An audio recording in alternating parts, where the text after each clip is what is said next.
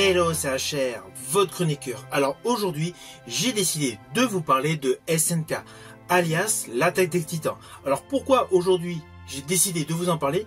Tout simplement parce que au cinéma, le 1er mars et le 2 mars prochain, sort sur grand écran le final de la série retravaillé, avec beaucoup de détails et essentiellement une réécriture de ce final. Ainsi, avant la sortie de ce film hors du commun, nous allons voir ensemble un récap sur l'univers SNK.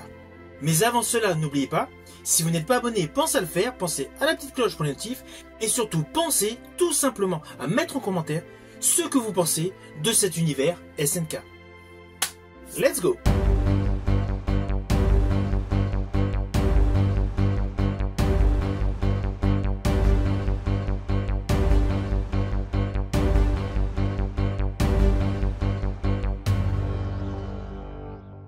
Alors tout d'abord, sachez que cette série, l'attaque des Titans, alias SNK, via Shingeki no Kyojin, est une adaptation du manga ultra populaire d'Hajime Isayama.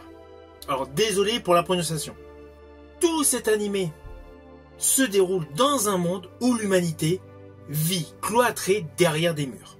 Car il y a des géants anthropophages, alias des titans, qui n'ont qu'un but apparemment, les manger.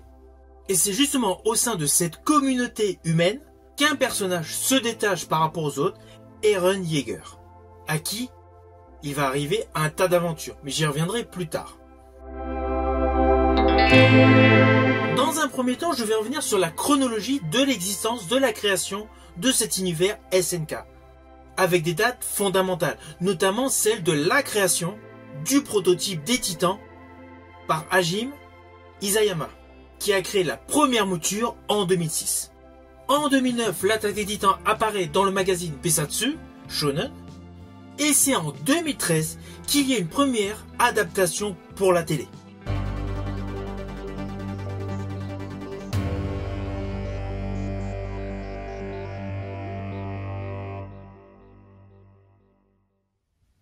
Adaptation qui se porte à ce jour à 4 saisons.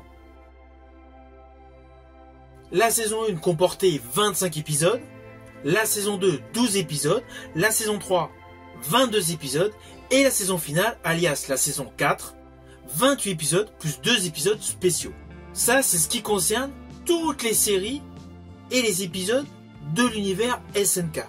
Ce manga a eu un succès de folie.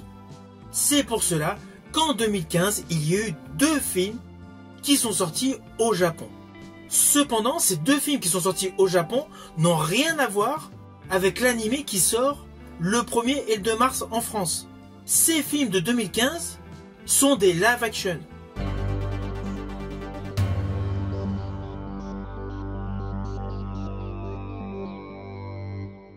Avec l'histoire suivante.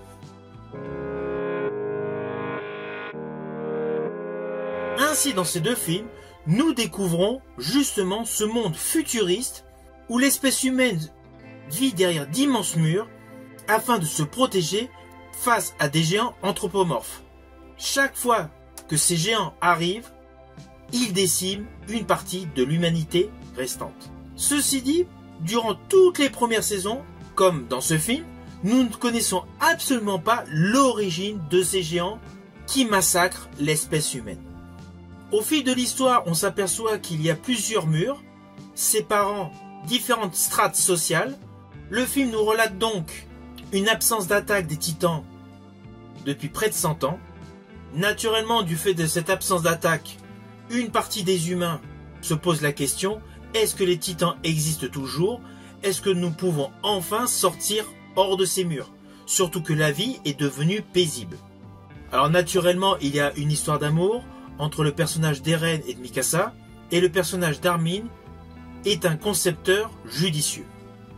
Ceci dit, le personnage d'Eren est totalement obsédé par l'idée de sortir hors de ces murs.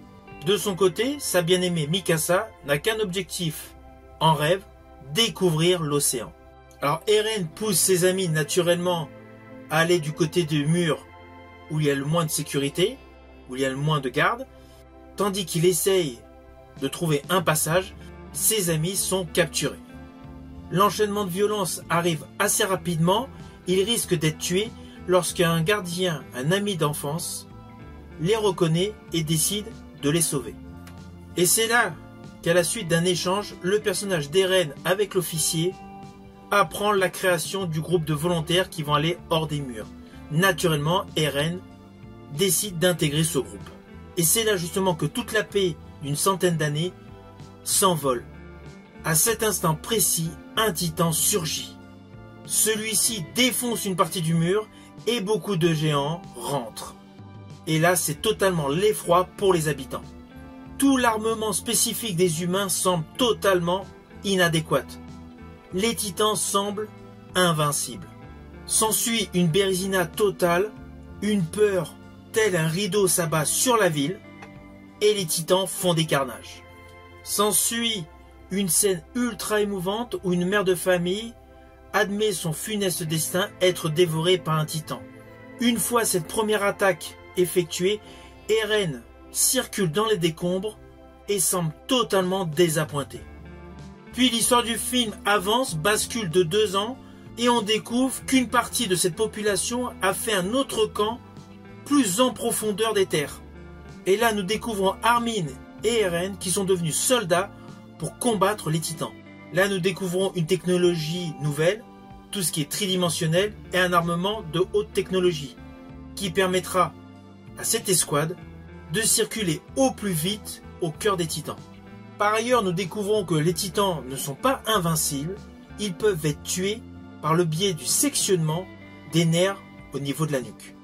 Là s'ensuit une découverte de plusieurs personnages qui sont des combattants hétéroclites, qui mènent une lutte impitoyable face aux titans, mais malheureusement les titans semblent toujours progresser. Depuis la première attaque, qui a obligé l'espèce humaine à reculer au sein de ces terres, les terres agricoles ne sont plus disponibles pour eux, car naturellement c'est devenu une zone de titans. Implicitement, les combattants décident de ramener des charges explosives au niveau de la brèche, du mur où les titans sont sortis, afin qu'elles se comblent et de pouvoir de nouveau profiter des terres agricoles. Toute une dimension extrêmement triste, extrêmement nostalgique se dégage au fur et à mesure que l'espèce humaine se fait massacrer. Cependant, les titans ont besoin de dormir la nuit. De ce fait, la dernière escouade effectue une mission périlleuse de nuit, où ils font la rencontre d'un bébé titan. S'ensuit une rencontre avec Mikasa et Shikishima, véritables combattants hors pair, où nous découvrons la vaporisation des titans lorsqu'ils ont la nuque sectionnée. Shikishima, à force de discussion avec Eren, s'aperçoit que celui-ci pourrait devenir un atout essentiel, un combattant hors pair. Et d'ailleurs, il lui précise que c'est lui qui a formé Mikasa. Tandis que ce petit monde discute tranquillement, les titans attaquent et un combat sans merci se déclenche. Et c'est là qu'Eren Yeager tue son premier titan et tue un deuxième titan. Il sauve son ami Armin et lui-même avalé par un titan. Et c'est là que tout bascule. D'un seul coup, le titan qui a mangé Eren semble s'éclater littéralement pour laisser sortir du plus profond de son estomac un titan aux yeux rouges. Un titan radicalement violent et qui plus est fout la trouille. Une fois ce titan totalement développé, celui-ci n'attaque pas les humains mais fonce littéralement sur tous les titans du secteur et les détruit un à un. Celui-ci, après avoir massacré tous les titans du coin, se retourne vers l'escouade et tombe littéralement de fatigue. Assez rapidement, tandis qu'un soldat sectionne la nuque de ce titan, on découvre dans une poche de placenta Eren Yeager, en plein milieu de ce titan en décomposition. Et là, le visage d'Eren Yeager nous présente des yeux rouges.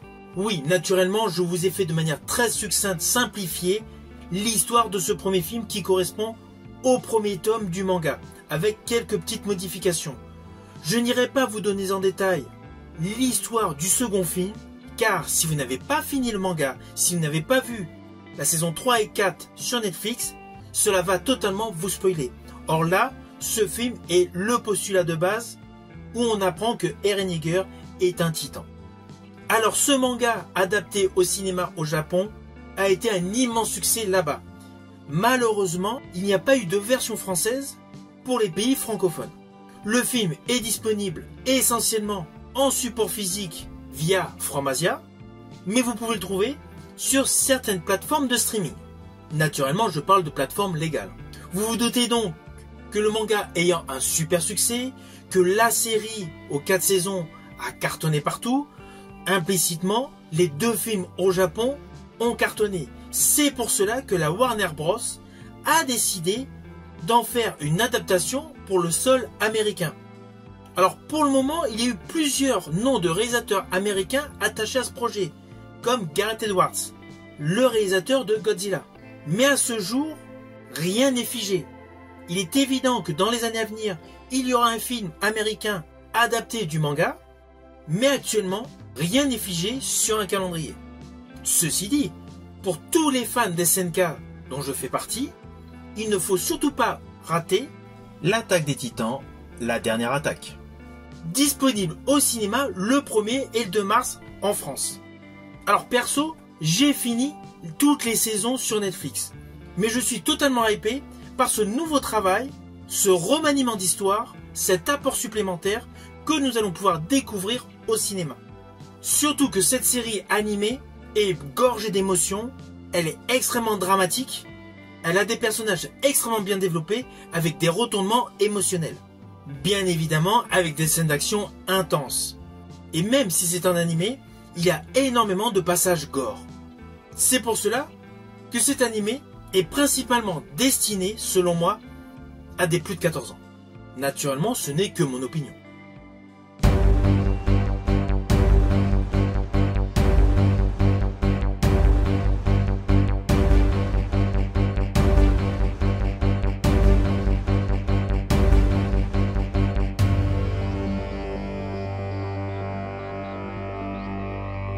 Alors au final, j'espère que ce récap sur l'univers SNK, l'univers l'Attaque des Titans, vous a intéressé.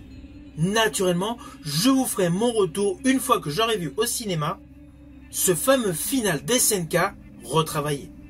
Si vous avez aimé ma vidéo, n'oubliez pas, petit pouce vers le haut, pensez au partage. Quant à moi, je vous dis à bientôt pour une prochaine vidéo.